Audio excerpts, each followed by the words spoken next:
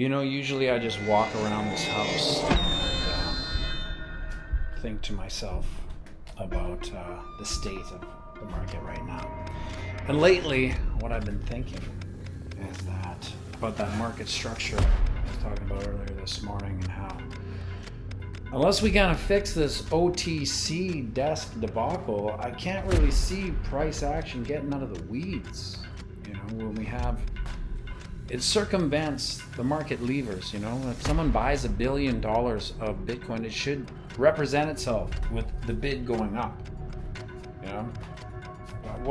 How does it make sense if someone buys $1 billion worth of Bitcoin, that price doesn't go up? It just doesn't make sense. It doesn't make for a fair market. And I think that's what scared most people out this bull run anyway. Because you can imagine, every single person has experienced this, going on Twitter or wherever, or crypto YouTube, and seeing endless bullish news. This so-and-so bought 10 billion, so-and-so bought $1 billion, so-and-so. Remember when 50 million was a lot? Well, we didn't even get a bid for 50 million anymore.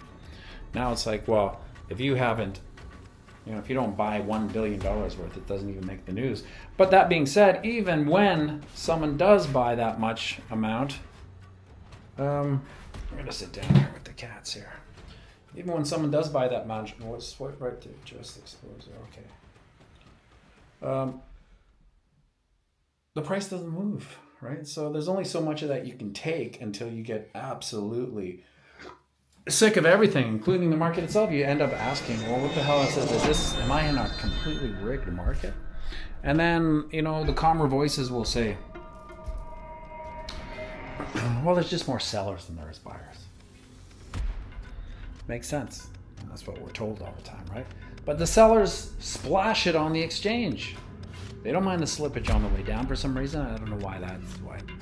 Like I said, whales aren't smart. They're just lucky.